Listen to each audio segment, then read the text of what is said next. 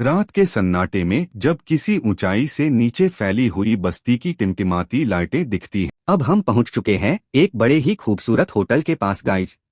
पिछले 3 घंटों से लगातार ट्रैफिक में फंसा हुआ हूं गाइज, आप लोग देख सकते हैं। मेरे नए ब्लॉग में आपका हार्दिक स्वागत है। जैसे कि आप लोगों ने मेरे इस शोरूम को देखा और मैं इस टाटा मोटर्स में काम करता हूं। मैंने आज से ही ये ब्लॉग शुरू किया है। मुझे यकीन है कि आप सभी मेरे इस ब्लॉग को अपना प्यार देंगे। आज का हमारा सफर होने वाला है सटाना नासिक से और पुणे रंजनगांव तक। आप लोग बने रहिए मेरे साथ। मेरे इस सफर में मैं आप लोगों को कुछ कहानी भी सुनाऊंगा। सटाना की सुबह हमेशा थोड़ी सी नींबू जैसी लगती थीं, खट्टी सी, तरोताजा और आंखें खोलते ही ऊर्जा से भर देने वाली। बाजार की पहली आवाज सब्जियों की टोकरी से नहीं, बल्कि थोड़ी दूर बहती अरंधी के किनारे बैठी चाय वाले कैलाश काका के केतली से उठती भाप से आती। आइए गर्मागर्म। अनिका हर रोज उस भाप के रास्ते चलते हुए अपने छोटे से किताब घर तक पहुंचती। दुकान का नाम था सत्यानंद पुस्तकमाल। दादा ने रखा था। कहते थे सटाना का सत्य और किताबों का आनंद साथ रहे। दादा अब नहीं रहे, पर उनकी मोटी सी रजिस्टर डायरी आज भी काउंटर के नीचे रखी रहती, जिसमें खरीदारों के नाम के साथ उनके सपने भी दर्ज थे। गणेश इंजीनियर बनना है, रुक्मिणी शिक्षिका बनना है, अनिका कहानीकार बनना है। आज दुकान के सामने अजीब सी हलचल थी।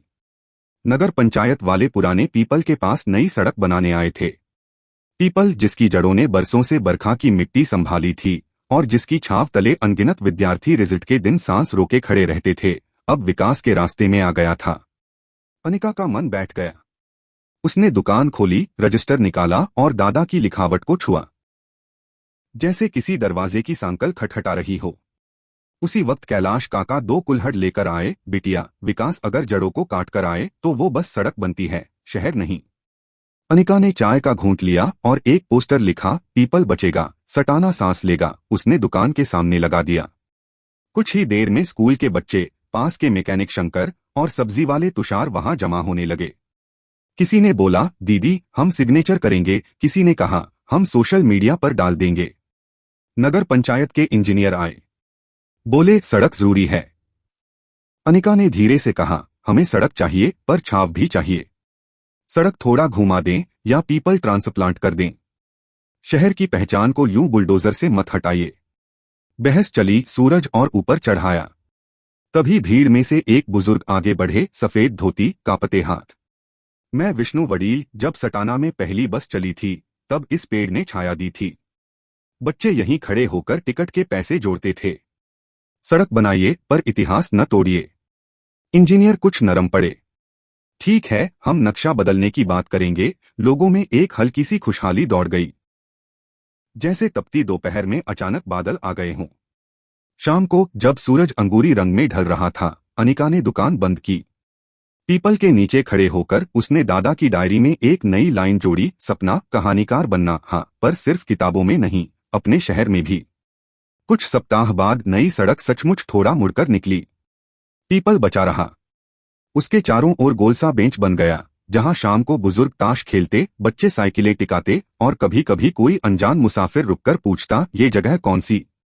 अनिका मुस्कुराकर कहती, ये सटाना है, जहां विकास रास्ता बनाता है और यादें छा। और तब कैलाश काका पीछे से आवाज लगाते, कुल्हड़ वाली चाय पीकर जाइए, यही हमारी परंपरा है। उस दिन अनिका ने जाना, शहर सिर्फ इमारतों से नहीं, अपने लोगों के फैसलों से भी बनता है। और सटाना, वह तो हर सुबह उस पीपल की पत्तियों की तरह फिर से नया हो जाता है, हवा में झूमता, कहानियां सुनाता और राह में आने वाले हर दिल का बोझ हल्का करता हुआ। यह घटना उस शाम की है जब मैं सटाना से नासिक लौट रहा था। बरसात का महीना, बादल इतने नीचे कि जैसे खेतों की मेंढों पर टिककर आराम कर रहे हों। बस की सीटें आधी भीगी, खिड़कियों पर मिट्टी की महीन परत और हवा में गीली मिट्टी की मीठी सी खुशबू। बस जैसे ही सटाना से निकली, आगे किसी खेत के पास भीड़ दिखी। ड्राइवर ने धीमा किया। सड़क के किनारे एक पुरानी एम्बेसडर कार खड़ी थी और पास में एक बुजुर्ग दंपति छाता पकड़े इधर उधर देख रहे थे। ड्राइवर बस बढ़ाने ही वाला था कि पीछे से किसी ने पुकारा, अरे रोकिए साहब, शायद मदद चाहिए। पता चला आवाज मेरी बगल वाली सीट की एक कॉलेज की लड़की, नाम रियाजा। हम दोनों उतर गए। दादाजी बोले, बेटा टायर पंचर हो गया है और स्टेपनी भी हवा छोड़ चुकी। नासिक में डॉक्टर का अपॉइंटमेंट है, देर हो जाएगी। मैंने बस ड्राइवर से कहा 5 मिनट दे दीजिए वरना आप निकल जाइए, हम किसी और से लिफ्ट ले लेंगे। ड्राइवर ने कंधा उठकाया, 5 मिनट और सिगरेट सुलगा ली। रियाजा ने फौरन अपना छोटा सा एयर पंप निकाला, साइकिल का, पर काम चल सकता था। मैं जैक लगा रहा था कि बारिश थोड़ी तेज हो गई। दादी ने अपने छाते को हमारे ऊपर तान दिया और दादाजी ने हंसकर कहा, बेटा हमारी उम्र में अपॉइंटमेंट नहीं, बहाने ज्यादा जरूरी हो जाते हैं, वरना बेटा लोग मिलने नहीं आता। उनकी आंखों में शरारत थी पर आवाज में हल्की सी थकान भी। टायर बदला, स्टेपनी में थोड़ी हवा भरी। इतने में बस का हॉर्न बजा। ड्राइवर की 5 मिनट वाली दया 7 मिनट में बदल चुकी थी। हम भागकर चढ़े। दादाजी दादी ने बार बार हाथ जोड़कर आशीर्वाद दिया और कहा, नासिक तक साथ चले क्या, पर बस की भीड़ और टिकट का झंझट। हमने मुस्कुराकर मना कर दिया। रास्ता आगे बढ़ा तो अंजनेरी की पहाड़ियों पर धुंध उतर आई, दूधिया परत, जैसे किसी ने ब्रश से आसमान को हल्का हल्का रंग दिया हो। बस में सब चुप थे, बस खिड़कियों पर गिरती बूंदों का टपटप और लोकल रेडियो पर पुराना मराठी गाना पाउस आला चल रहा था। तभी अचानक ब्रेक चीखा, सड़क पर एक छोटा सा बछड़ा निकल आया था। ड्राइवर ने समय रहते बस मोड़ दी, पर एक झटका लगा और ऊपर की डिक्की से एक सूटकेस गिरकर बीच की गलियारे में अधमका। सूटकेस खुला, अंदर से निकली किताबें, बसंत पंचमी पर मिले पीले फूल और एक पतली सी डायरी। डायरी मेरी नहीं थी। सामने वाली आंटी सकुचाकर बोली, ये भाव साहेब की है, लिखते थे कभी, अब छोड़ दिया। मैंने डायरी उठाकर वापस रखी तो आखिरी पन्ने पर तारीख दिखी, 3 साल पुरानी, और एक लाइन, नासिक जाना है पर किससे मिलना है याद नहीं आता।